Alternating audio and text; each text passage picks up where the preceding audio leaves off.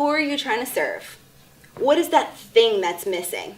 What is that thing that you just have to bring to market and it pisses you off or it frustrates you or irritates you or exhausts you or blows your mind every time you think of it not being there? Awesome.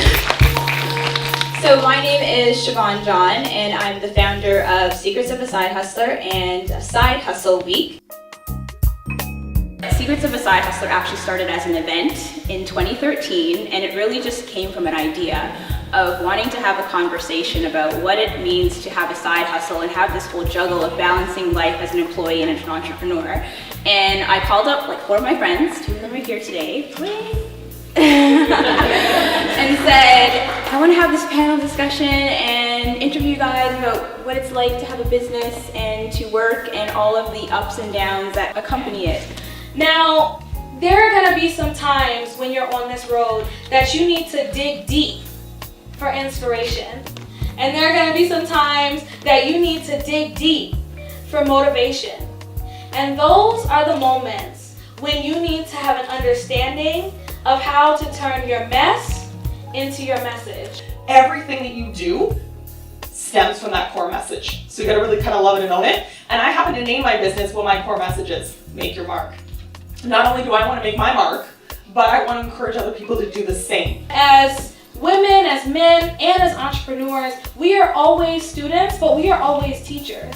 Because even though you may not be where you want to be, you're where somebody else is trying to get to. What I think of side hustling in general, it's really about creating your own opportunities. It's not necessarily about making money on the side. I mean, that's a perk out of it, but it's really encouraging people to go after what you love and create those opportunities and not necessarily wait for them. I'll have somebody tweet me like, hey, do you have a product that explains such and such? And I'll be like, hold on, not responding yet. Go over to my website, make a landing page for said product, outline said product, and then come back to Twitter and be like, strange you should ask that.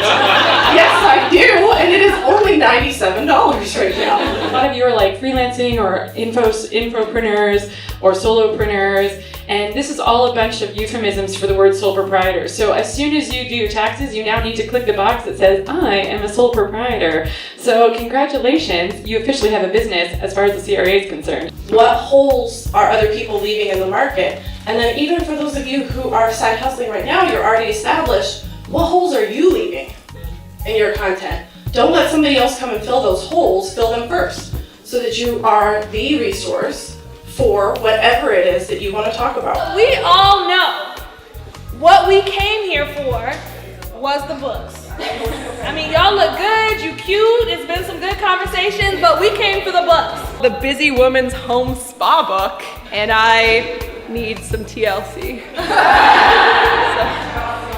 I don't need to grow my business, I just want to like sit in the bath, so. Yeah, thank you.